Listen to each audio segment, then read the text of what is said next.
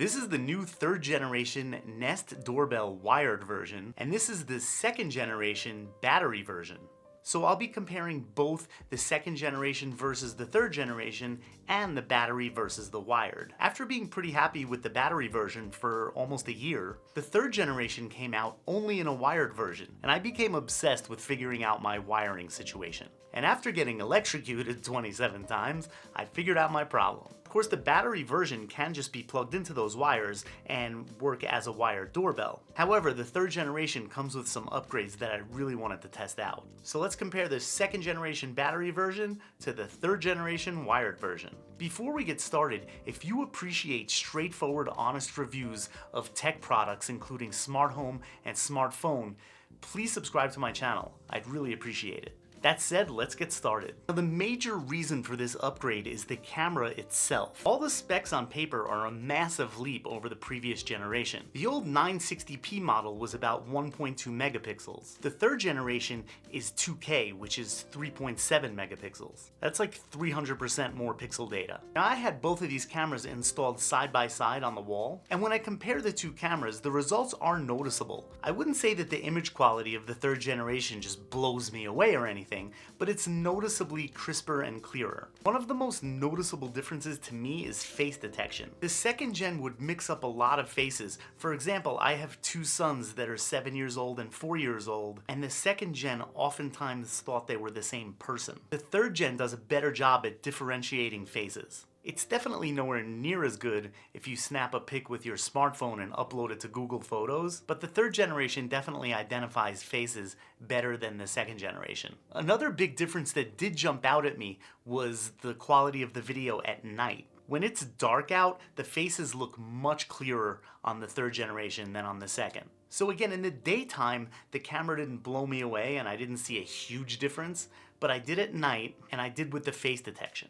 The next big upgrades are the aspect ratio and the field of view. The old model has a 145-degree view and a tall 3.4 aspect ratio, which is great for packages, but a bit narrow. The 3rd generation has a 166-degree field of view, which is an extra 21 degrees. This puts it in a 1:1 square aspect ratio. When you look at the two side by side, the 3rd generation picks up a lot more to the left. It's a lot wider and captures my entire entryway. And it couldn't have come at a more perfect time because I was able to catch that little squirrel red-handed that was eating our pumpkins. And I think that's one of the best reasons to upgrade to the 3rd gen. So higher resolution, more pixels, better field of view, better aspect ratio, you get a clearer, more crisp image, much better night vision, better face detection, and better squirrel detection.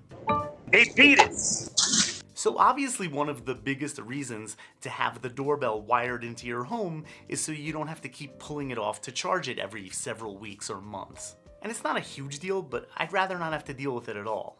But let's talk about the speed factor. One of the pain points with the 2nd generation battery version was the time in which it took to display the person that was ringing the doorbell on my Nest Hub. I decided to do a little test. I brought my Nest Hub Max outside so I can see it right in front of me. I rang each doorbell to see how long it would take for the image to appear on the Nest Hub. Nest Doorbell 2nd gen.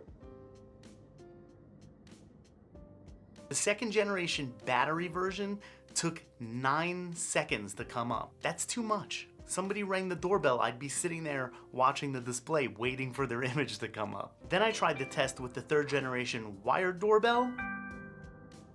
3 seconds is great for me. So that was something I was not even thinking about. Now that has more to do with the fact that this is the wired version rather than the 3rd generation, but it's still worth mentioning. Part of the reason I got the Nest Doorbell is because of the Google Home ecosystem. I have many Google and Nest devices and lots of devices that work with Google. And obviously the Nest Doorbell integrates seamlessly with the app. But now you can use Gemini with the doorbell. Now keep in mind, you do have to have the right subscription. We'll go over that in a minute. But Gemini with Google Home is amazing. This is available for both doorbells. Now when the doorbell notifies me of events, I get very detailed descriptions. Like Scott places a table on the porch. Scott sets up a Google Nest Hub on the porch.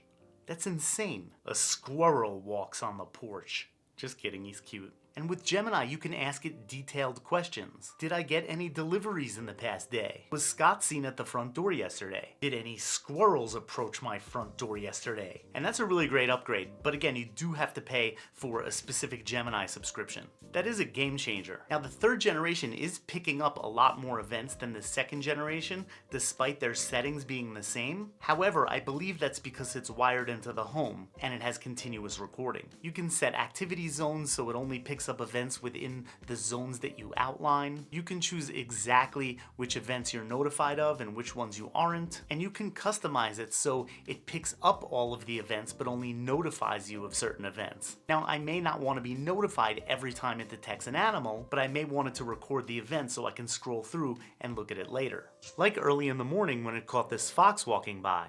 There are other things such as two-way audio. I don't really use this feature very much, but it works well. I don't see any major changes from the second generation to the third generation.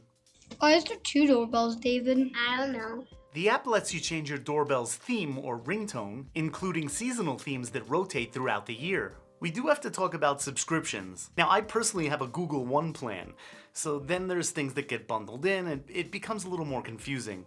So let's just stick to the Google Home Premium. Now, this used to be called Nest Aware, but they changed it. So if you have Google Home Premium Standard, this is $10 a month or $100 a year. You'll get 30 days of event history, intelligent alerts, Gemini for Home, and Help Me Create. That's where you can trigger home automations by typing. The advanced plan is $20 a month or $200 a year. This gives you everything in the standard plan except you'll get 60 days of event history, 10 days worth of 24/7 video history. That's only for wired doorbells. You get those very descriptive video notifications I showed you, as well as that search history where you can really search for specific things. Event descriptions, same thing. And a daily summary so you never miss things at home, like a squirrel trying to eat your pumpkins. Now, I don't want to get too in the weeds on subscriptions, and again, if you have a Google One subscription, good luck, because now it's going to be even more confusing. And I'm sure Google will change everything tomorrow too. Now let's also talk about installation and setup. I'm not going to make this a whole tutorial about installing your doorbell, but the Google Home app is really amazing, guiding you through all of the installation steps. It makes it very easy, very clear. My only problem was finding the wiring. Now, obviously I upgraded from the battery to the wired version, which is much smaller, so they can't use the same mount. If you are upgrading from the second generation wired to the third generation wired, you can simply just take it off the mount and pop the new one on, and then screw it in with this thing. I had to drill into a brick wall twice. I do want to mention specific things about the installation though. When you're researching this online, it can be confusing because it'll keep talking about having a chime box. Many houses that had a traditional dumb doorbell, you know, that button on the wall, they're connected to a chime. So your house has a transformer maybe in the basement like mine was. The wires run to a chime box, and those wires run to the doorbell. And this is my point, you do not need the chime box. I've heard conflicting information about this. The wired doorbells will come with a little chime puck, and this gets connected inside your chime box. Now, I guess the point of that is if you ring the doorbell, your chime will make the ding-dong noise. I personally did not use one. I found those wires where the old chime box used to be and just connected them so the transformer goes directly to the doorbell wiring. And then I covered up the hole and spackled it. Why? Because when you ring my doorbell, it appears on my Nest Hub in the kitchen. And it rings all of my Google speakers, or at least the ones I tell it to. In addition, it also goes to my phone. So I personally don't want an ugly chime box on my wall, and I don't need to hear that ding-dong sound either. Especially when my Nest Hub will say something like, "Scott's at the front door. A squirrel is eating your pumpkin." All right, enough with that. There was another experience I encountered which I thought was a little bit weird, but it seems like other people on Reddit had this issue too. But after attaching the third generation to the mount, I tried screwing it on and it just wouldn't stay on. What I found out was that you really need to press down hard until it clicks in before you screw it in. Much different than the battery version. But the rest is pretty easy. As long as you have those working doorbell wires, you just connect it right to the back. It comes with the mounting hardware, which you just screw on your wall. And if you want a better viewing angle, you could install it with the wedge like I did, so it tilts my camera a little bit to the side. But yeah, overall installation is a breeze. The Google Home app makes everything so easy, so crystal clear, and the setup is very easy too. The Google Home app has come a long way, but setting up a Google device with Google Home is the easiest thing. So let's wrap this up. For me, was it worth switching from the second generation battery to the third generation wired?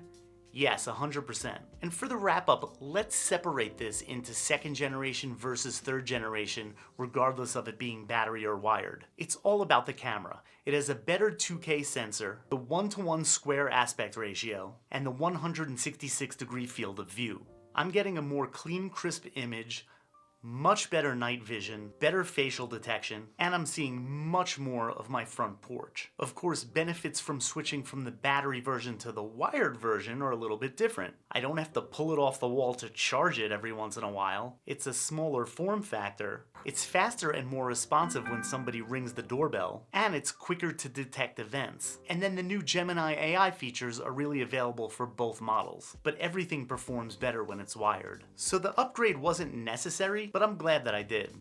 If you're also thinking of upgrading, let me know in the comments. If you have any questions, ideas, maybe I missed something, feel free to let me know. Just be nice. If you like my honest, straightforward reviews, I'd really appreciate it if you subscribe to my channel. It helps a lot. And thanks so much for watching.